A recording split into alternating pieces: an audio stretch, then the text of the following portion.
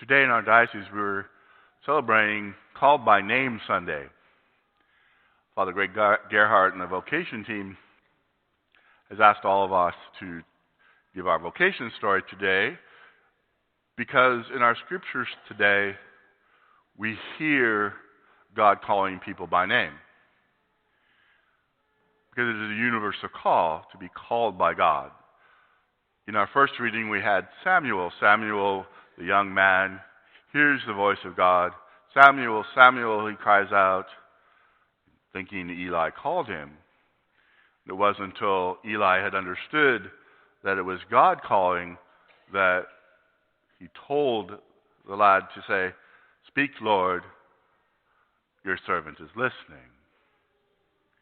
And today in the gospel, there's this beautiful scene prior to Jesus calling them from the boat. We're going to read that next weekend. But John the Baptist had disciples, and they were Andrew, Peter, James, and John. And when John the Baptist introduced Christ to them, Andrew went and got his brother, very interestingly enough, and brought him to Jesus. And here in the Gospel of St. John, we have this immediate call of Peter as Cephas, not as Simon, but as Cephas. In the Gospel of Mark and in Matthew, it is when he professes faith in Christ, you are the Messiah. Here, Andrew says, we have found the Messiah, and Christ then calls Peter. And Peter is already, at the beginning of the Gospel, Peter, not just Simon. Immediate. So it's a different view. He's already called by a new name. In fact, that's very beautiful.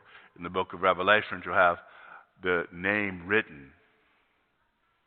And indeed, the name written on the thigh of Christ or in the book of the life, right? We're going to do this in a couple of weeks. We'll have the rite of election here. And all the people who are coming to church write their name in the book. You write your name. Book of the elect. Because you're called by name. You are called by name. It's very beautiful because even in baptism, we call you by the name your parents give you. You're called by name. And you're called by name to be a disciple of Christ. You always use your name. When I was ordained, yes. Here. They call you by name, and you say, here. They call you by name. Albert Lafayette, are you here? Yes. So we all call by name, and each one of us is called to the universal call to holiness and discipleship. We are all called by the virtue of our baptism to be disciples. We are called by name, called by God to live a life of discipleship. So the question then becomes, well, what is my vocation, right? How do I live that out? How do I practically do that? And for most people, you're called by name generally to celebrate the sacrament of matrimony and to live the life of holiness within family life. Most folks are called to this vocation. I am called by God to be husband, wife, mother, father, right? That's how most folks are called. I will call my parents' story. It's always a good story. My parents were not invited to a party, but they tagged along with friends to a party. They were both tag-ons to a party they weren't invited to. You ever been one of those? My dad saw my mother and asked her, "Can I take you home?" My mother looked at my father and said, "Yes." They met in April, they knew. They married in November. They've been married for 62 years. We have those stories, again, where couples I always ask that when I'm marrying people, when did you meet your spouse and when did you know that your spouse was the one you were to marry? Always a fun story. Because indeed that lives out. God has called me to a vocation and God has called me to live my vocation with my spouse. And for most people, that's the path of holiness. Living in your family life is going to bring you holiness. Right? It's day to day, as I like to say, that diamonds are cut, right? Diamonds are cut in marriage because a lot of times things are the progress of a marriage over many, many years. You become closer. As I always laugh, and my parents are kind of joined at the hip, because they've been very close for now 62 years. So most people are called to that vocation and to live out the sacrament of matrimony. Some folks are called to a life of singlehood, to be single and to live out a vocation in the world. My favorite one is kind of some of the old dons at universities, Catholic universities. You'd have the don. He would be a single man, and he would live out a vocation teaching. He devoted his life as a professor and teacher. That's what he did. And you have different examples through the years of folks that would be, again, I'm going to give up my married life to devote myself to teaching, for example. And depending on the vocations of different people, a lot of people will do that. I feel not called to the married state. I feel called to the single life, and I'm going to do something in the world. People are called that way. And then there's that last one that I'm going to speak about tonight, which is priesthood and religious life. And I was asked to give kind of my testimony. My testimony is, I have a really long story, so I try to give you the Reader's Digest version of it. But as a child, I felt called to the priesthood. There was a priest who came to my parish who had a floating hospital on the Amazon River in Brazil. And I thought that was the coolest thing. With all those piranhas, you got a hospital ship. Isn't that cool? You know what I'm saying? I thought that was just the neatest thing.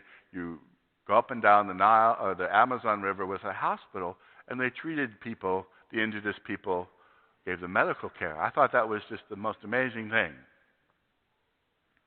Interesting enough, I wrote him a letter. I gave him some of my allowance, and I said, I want to be like you when I grow up. Well, to my chagrin, I suppose, they published that in the magazine, my letter. I saw this in the magazine, and I was mortified. Like, wait a minute, I didn't mean to everybody know, but my secret. So it kind of quickly went away because I was really embarrassed because I had never meant that to be part of somebody's newsletter. But time went on, and when the first decision I ever gave to God, this is a fun story, I wanted to choose my university where I go. That was the first decision I was going to let God choose, and by providence, where would I go to college? I wanted to go to the University of Notre Dame. It's in the Midwest. I'm a Detroiter. It's close. It's a good Catholic school, very good education. So I applied there, and I also applied to Oral Roberts University. My sister had gone there, and I had visited there, and I kind of liked the place. I thought it was kind of small campus, only 4,000 students, and you lived on a dormitory. They were single-sex dorms instead of, even in the 70s and 80s, they started to have, co-ed dorms, and I was not very comfortable with that. So I wanted to have a little maybe more protected place because I actually started university at 17. So I started a little younger, so it was a little easier to go to a university like that. So I applied there. On a Saturday, I got a letter from the University of Notre Dame. And I call it my Dear John letter. You should probably go to Votech school. We don't think you have the capacity to go to college, was their response to me. I was like, that's mean. I was disappointed. But anyway, I was like, okay, God. So I was very, of course, anxious. Where am I going to college? And so I went and talked to my counselor at my high school on Monday. He says, well, no. I know it's late, but I'm sure we can get you into Michigan State. Your father is an alum. You've got good grades. You've got good scores. There's no reason why Michigan State University can certainly take you, no problem. You'll definitely get in. Okay. So I was getting ready to maybe make an application to Michigan State. Well, I went home that night, and the phone rang. Now, for those of you who don't know what a rotary phone is, because there's lots of people who don't know what a rotary phone is, if you're old enough, you know exactly what a rotary phone is. You dial it like this, and then you dial 1, and and then you have to wait for it to come back, right? It's the old phones, right? There was no things like caller ID or none of that kind of thing. No answering machines, nothing like this at that time. So you have to pick up the phone. I picked up the phone. And the caller said, well, I'd like to speak to Al LaFerre, please. I said, senior or junior? Do you want to talk to my dad? It was an adult male. I figured it might have been a call for my father. It wasn't. No, I want to speak to junior, please. And I said, speaking. The man gave his name. I don't remember his name. I do remember what he said next. I'm the director of admissions at Oral Roberts University, and I want to personally invite you to come to our school. I nearly dropped the phone. What? After Saturday, on a Monday, I get my answer. I guess I'm going to Oral Roberts. They invited me to come. And so I went. Started a very interesting journey in life to go to Oral Roberts University. Lots of fun stories from those years. The 900-foot Jesus. Yeah, I was there for that one, yes. But my first year in school, I decided to choose business. My father was a financier, and I thought, well, maybe I'll choose business in the vein of my father. And, of course, I didn't do real great. I passed, but it wasn't enough to get me going. So that summer, I decided to reflect on what I should do. And when I was 16, my first job was at Wendy's, and I had to cook French fries, and I was never going to do that again. Because I had really bad acne as a teenager, and it made it worse. So I decided to my mother, talking to my parents, and, well, we can get you a job in nursing. I can teach you how to nurse. My mother taught me how to take a blood pressure and somebody's pulse and take somebody's temperature. Back in those days, you had to, the mercury thermometers. You had to learn how to do that. So I learned how to do that, and I went to work in a nursing home. And I learned how to be a nurse, make beds, and give basic nursing care to people. And I decided I would do that while I was in college, and I started working in hospitals, and I really liked it. So that summer I decided that I was going to change my major to nursing. Again, my mother's a nurse, grandmother, my great-grandmother was a midwife. My younger sister is actually a physician. We have medicine in the family, right? Her daughter is an orthodontist. So there's lots of medical people in my family. But I did that, and I graduated, got my nursing license, and began to do nursing. But I didn't last long. I only lasted about 8 months. And I was young, and I wanted to experience something, so I decided I would do something that I did while I was in college, which was to go live on a kibbutz. Now, a kibbutz is a farm in Israel. It's a collective farm in Israel. I'm not sure there are too many left over there, but basically a collective farm, and I was a farmhand basically for a year.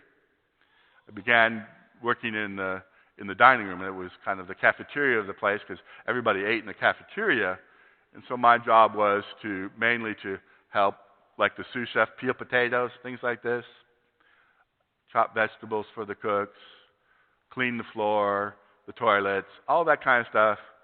That's what I did.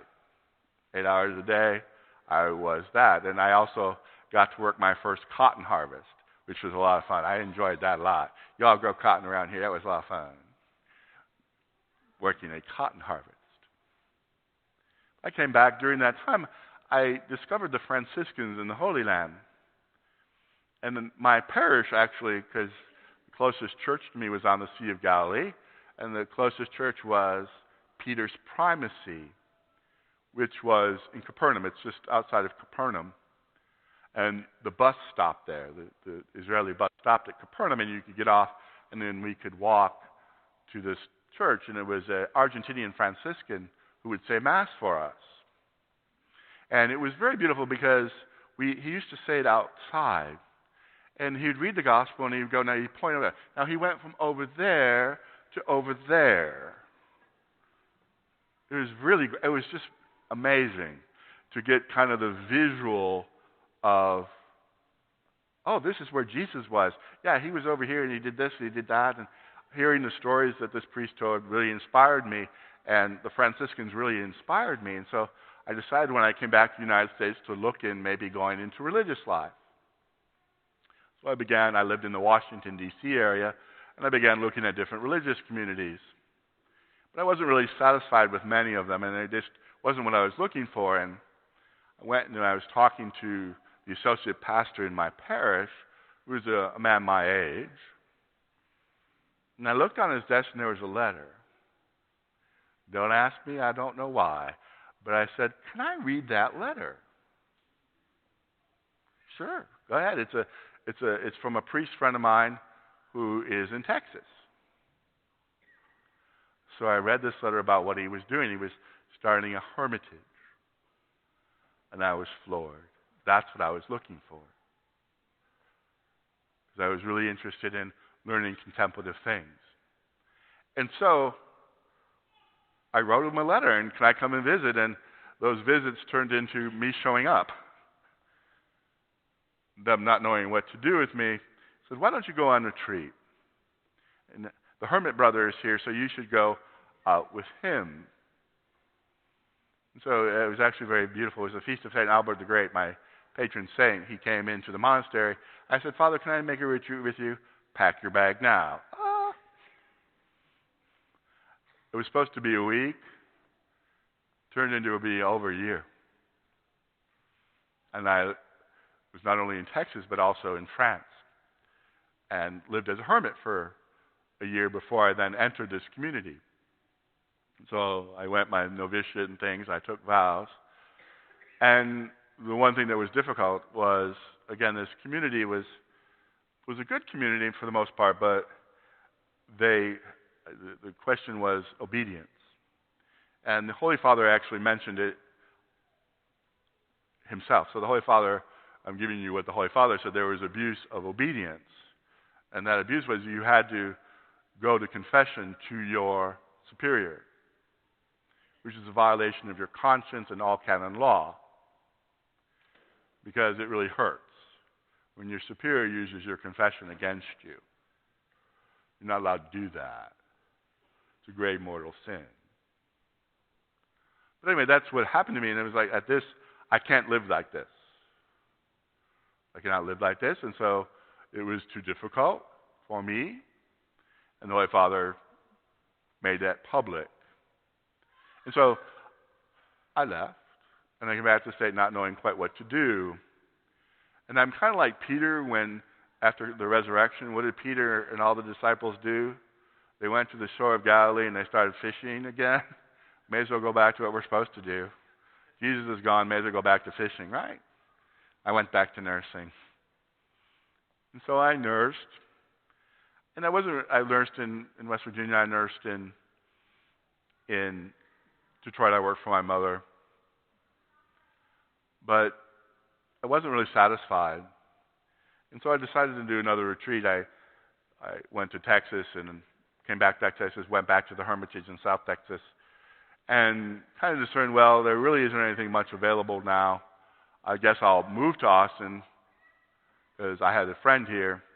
And I thought, well, I'll nurse again. And so I did.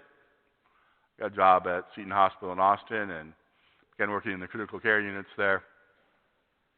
And really enjoyed it. I got my CCRN, which is I was a certified critical care nurse, and I bought a home. I started furnishing my home. And I was trying to date. Well, I guess I should be a married man. I mean, I flunked out of religious life. Maybe I should consider the married vocation. And it was kind of interesting. I was all set on it because, I had the house, and everyone who came to my house said, your house isn't decorated at all. And I looked at them. When I get married, she'll worry about that. I ain't going to worry about that. because I didn't mind blank walls. The wife would take care of that, right? Don't you ladies worry about the decorations in your house? Do any of the husbands? Whatever you want, dear. Where do you want me to hang the picture is the response to most men, right? Because what do we know about that? I know nothing. Trust me. So that's why I did, and I was trying to do that, but I'm trying to convince myself that that's what I wanted to do. But my heart wasn't really there. And I remember going to church, Mass one day, and I was reflecting about my vocation, and the priest, Father David Lepan, gave a homily, and it was like repeated what I was saying in my head, and I'm like, okay, I got to go back. I got to be a priest. Much to the chagrin of my family, I applied to seminary and got accepted. And I was ordained in 2002, but it was quite the discernment for me. The journey was a longer one, and it went through many different places and many different countries. But for anyone who is considering a vocation to religious life or the priesthood, I would say don't be afraid. I think the first thing that there's this kind of mystique about applying to a religious community or to the seminary, that when you apply, that means you're going to get ordained or you're going to become a religious. No, that's not how it works. Don't worry. Going and visiting doesn't mean they're going to sign you up on the dotted line. You're never going to leave again. No, that's not how it works. It doesn't work that way at all. When you apply, then you begin a discernment process. And I'll give you an example from a religious woman that I know, that I directed. This woman was one of my parishioners in Austin, and she was interested in the contemplative life, and seeing that I had been a contemplative in Europe and things like that, I understood kind of the European contemplative life. So we went and we talked and we shared, and she decided to go to, someone said it wrong because he's from there. I say Cristobal, but it's something different. The locals don't say it that way. So forgive me if you're from Cristobal, Texas, and I'm mispronouncing the way you say it. But there's a monastery there, and she discerned to go enter this community. Well, it took 6 or 7 years for her to take vows. To take your final vows, it takes quite some time. And the last time I saw her actually was when Mike Sis was made bishop in San Angelo, and she happened to be the first reader. If you were at that Mass, you saw that beautiful Carmelite nun proclaiming the Word of God that day. That was my directee, who is now there, and I greeted her. It was really fun to see. So good to see you, Father, she said. So we had a wonderful conversation. But it's that discernment, how I discern that, and she discerned that. And when you go to seminary and you can talk to anyone who's gotten ordained, it's a series of discernments. You have to discern with the vocation directors, should I apply? And then when you go, well, how does this work? And you spend a lot of time discerning. Is it right for me? Is it right for the church? Because that's what happens. It's not just a singular, I'm called there, therefore I'm going to be. No, the church also discerns. Well, how does this person do? And my classic thing is, when you look at the entering first class in the seminary, there's maybe 30 or 40 people in it, and only maybe 10 get ordained. Because people discern out. So that I think that's a very good thing. You don't have to rush that discernment process. If I'm not ready, I won't go. And one of a young man I knew in Austin went all the way up. He was scheduled to be ordained a deacon, and he left. And I gave him a lot of courage. He said, no, I'm glad you didn't go through with it. I'm glad you discerned out. Because you have to do what Christ calls you to do. And if you don't have that conviction, you can't. Because that was the discerning question. Do I have a wife and family, or can I live more deeply conformed to Christ in the manner of his life? Because the priest and religious forgoes family life to be totally committed to Christ and the work of Christ. Whether you're a contemplative nun in Cristobal, Texas, praying all day for us, 8 to 10 hours of prayer every day, to a priest being, again, totally in the other way, apostolic life, providing pastoral care for a flock. So whatever that vocation is, depending, again, for women religious, there's lots of different vocations. I want to be a school teacher, so I'm going to be a Dominican nun in Georgetown because they teach school. I want to get my PhD in education and teach. That's the sisters in Georgetown. Or I want to do, I want to work with the poorest of the poor, then I'm going to go to Mother Teresa's group. I'm going to become a missionary of charity. So depending on one's attraction, you follow that attraction. What do I want to do as a woman in religious life? What do I want to do? Teach or nurse or be contemplative? Work with the poor. There's many, many options for you. And for men, again, it's the same thing. Do you want to go to religious life? I want to be a Jesuit, right? If you want to be a Jesuit, you're going to be a college professor. I want to be a college professor, so I'm going to be a Jesuit, right? Because that's what Jesuits do. They run universities. They are the scholars of the church. So we have one Jesuit who does marine archaeology at the university. He's a Jesuit, and that's what he does. I do marine archaeology. I'm a Jesuit priest, but I like marine archaeology, and that's what I teach. That's my specialty. I'm a Jesuit. Right? So everyone has their vocation, and I want to pastor people. That's the vocation of a parish priest. I want to be more like the Curé of Ars, take care of a congregation, and lead people to Christ. So those are the considerations that one has, but it's all within this single call. We are all called by name. We are all called to be disciples of Christ and to consider what vocation it is.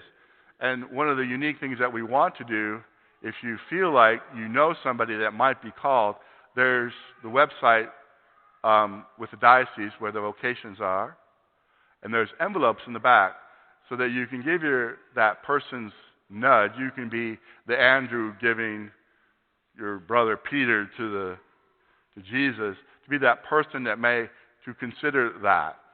And we even put out our priest and nun thing in the back, so if you're a kid and you want to put your head in there and take a picture, imagine yourself being a priest or a nun. We got it out there, back there for you. A lot of fun, take the picture. I want to be a sister, I want to be, right? Because some of us, again, I wanted to be a priest. My sister always wanted to be a doctor. You know what she is? A doctor. Her daughter always wanted to be an orthodontist. You know what she is? An orthodontist. So when you get to those calls in life, respond. God called my sister to be a physician. God called my niece to be an orthodontist. Those are calls in life. And indeed, to understand and to accept those calls and to leave that generously, because in those vocations we conform ourselves more deeply to Christ, because we are all called by name to be his disciples. God bless you.